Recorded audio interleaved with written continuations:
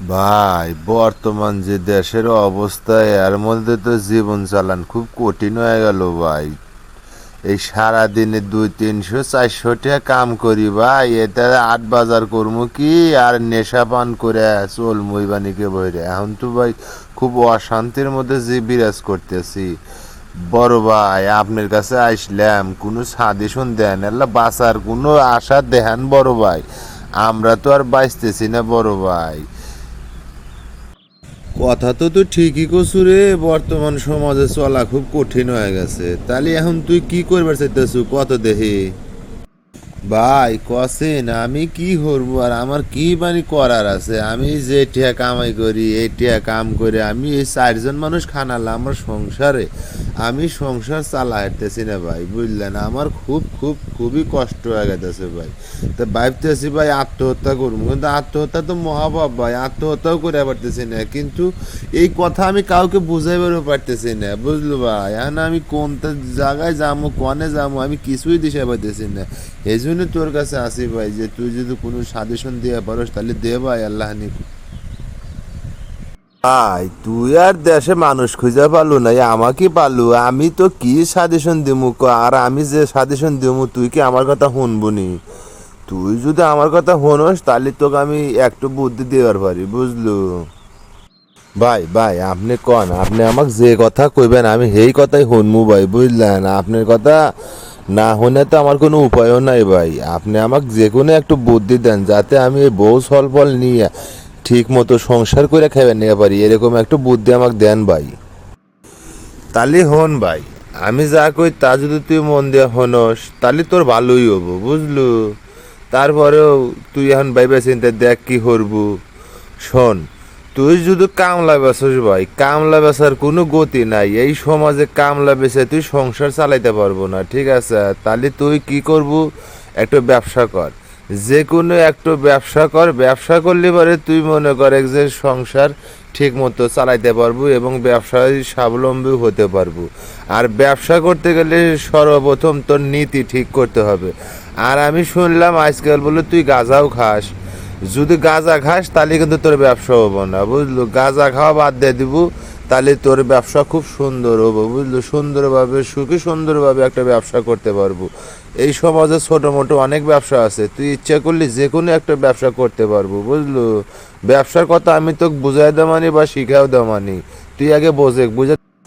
ভাই আপনি যে আরো কি কথা কইতেছেন না ভাই, আমি কি ব্যবসা করবো ভাই? আমি কোনো ব্যবসা করা হারবো না ভাই, আমার নাই নেহা পড়া ভাই। আমি যে একটু ব্যবসা করবো ভাই, আমার যদি একটু শিক্ষাগত যোগ্যতা থাকতো তাহলে পারতাম ভাই। আমি কি ব্যবসা করবো, আর আমি কোনো ব্যবসা জানি না ভাই, ব্যবসা কোনো মারি পেয়েছি আমি বুঝি না ভাই। তাহলে আমি কি করবো ভাই? আমি তো কামলা ব্যবসা ছাড়া আমার কোনো গতি নাই ভাই। এক ব্যবসা যে করবো ভাই, আমি যে হিসাব বুঝি না। এখন 10টার হদায় নেই, 100টার নোট দিলে কয়টা ফেরত দেন নাকি আমি তাই কইবা পারবো না ভাই। তাহলে আমি কে ভরে ব্যবসা করবো ক ভাই? বুঝলাম যে তোর নেহা পড়া নাই, তুই কোনো ব্যবসা করা হারবো না। তুই এটা তো কথা করলু যে 10টার হদায় নেই, 100টার নোট দিলে কয়টা ফেরত দেন রাখবো, তাই তুই কহারস না। তুই একের তেন 100 পর্যন্ত গোনা হারস না, 100 পর্যন্ত গুনবু, ওর ভিতরে তেন 10টা বাদ দিলি 90 টাকা থাকে, তুই 90 টাকা কয় ধরবু। এই যা লেবস না, গাঁজা খায়া খায়া মাথা তো পচাছু, বুঝলু? এ আমার কথা শোন, ছোট মোটো তুই একটা ব্যবসা ধরা দেবো তোকে, এই যেমন চা, পান, সিগারেট এগুলা বিক্রি করতে পারবো না, 5 টাকা করে 5 টাকা করে বেচবো, এই তোর ব্যবসা। ছোট্ট একটু স্টল দোকান তোকে আমি করে দেবো ওই বাজারের পাশে, তুই দোকানটাও টুকটুক করে করলি তোর খুব ভালো চলবো, বুঝলো? ভাই আমি চার দহন করবো না ভাই, চাও আমি বানাহারি না, পানও আমি বানাহারি না, তয় ভাই আমি না সিঙ্গারা বানাহারি, পেঁয়াজি বানাহারি, সামোসা বানাহারি, আমি পুরি বানাহারি, পরোটা বানাহারি, সাদা রুটি বানাহারি। যদি এগুলা বানাই তাহলে তো মনে করে মানুষ খাইবো, এরকম একটা দোকান যদি পাইলাম আনি তাহলে ভাই আমি এগুলা বানাইয়া বিক্রি করলাম আনি, বুঝলো? আমি এগুলা জিনিস বানাহারি ভাই।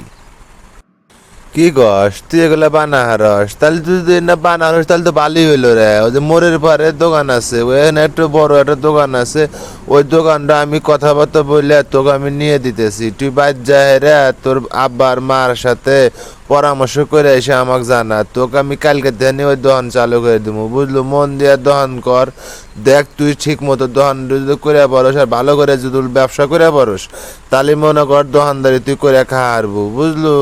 কিন্তু কথা একটুই, তোর কোল গাঁজা খাওয়া যাবে না ভাই। যদি গাঁজা খাস তাহলে আজকের পর থেকে আমি বল তোর হাতে চলবো না, তোর হাতে মিশবো না, তোর কোনো সহযোগিতা করবো না, তোকে সাপোর্টই নেবো না। তোর গাঁজা খাওয়া বাদ দা নেবো, তাতে যদি কস তাহলে তোকে আমি দোকান নিয়ে দেখাতেছি। আর তোর বলা বল, তুই কি করবো ক? ভাই আপনার সবই কথা ঠিক আছে, কিন্তু এতদিনের নেশা ভাই ধূপ করে কি বাদ দেওয়া যায় কন? আমি আমার রক্তের সাথে গাঁজা মিশে গেছে। এই যে যেমন মনে করেন যে প্রেশারের রুগীরা প্রতিদিন অ্যান্টিবায়োটিক ওষুধ খাওয়া লাগে, ওরা যদি একদিন ওষুধ না খায় তাহলে ওদের প্রেশার আপ ডাউন করে, ওদের সমস্যা হয়ে যায়।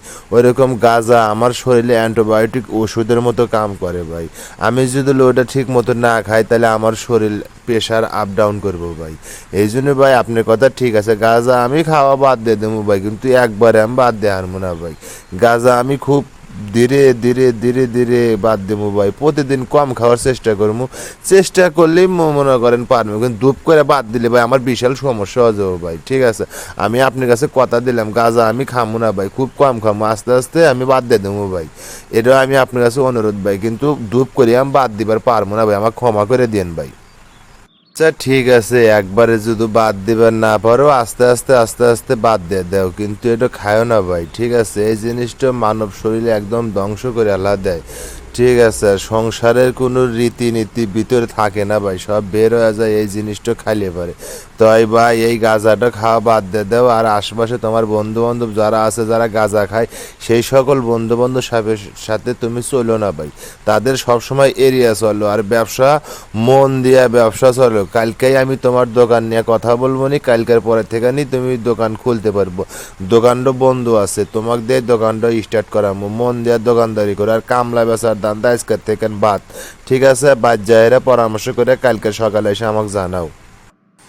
আচ্ছা ভাই ভালো থাকেন তাহলে, আইস ভাই আসি, আইসে অনেক কথাবার্তা বললাম, বাড়িতে যাই। বাইত বাড়ি কি টেনশন করতেছে কি না, বাড়িতে গেলাম ভাই, আব্বার সাথে একটু কথাবার্তা বলি গে, তাহলে আসি ভাই, না কি কন? আচ্ছা তাহলে চলে যাও, ভালো থাকো ভাই। যাওয়ার আগে আপনার বইয়ের হাতে আল্লাহ কোলাকুলি না করলি ভাই আমার ভালো লাগতেছে না ভাই। আপনি যে আমাকে যে সুন্দর একটু বুদ্ধি দিলেন ভাই, এত সুন্দর বুদ্ধি আজকাল কেউ কাউকে দেয় না ভাই। এই জন্য ভাই আমি আল্লাহ আপনার বউকের সাথে বউক মিলে বেড়াই ভাই।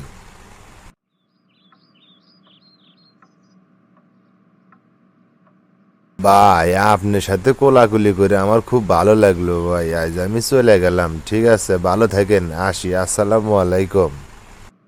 আচ্ছা ঠিক আছে ভাই, চলে যাও, আমি একটু বাজারে যাব, বাজারে একটু কাজ আছে, হাট বাজার করে নিয়ে আসা লাগবো।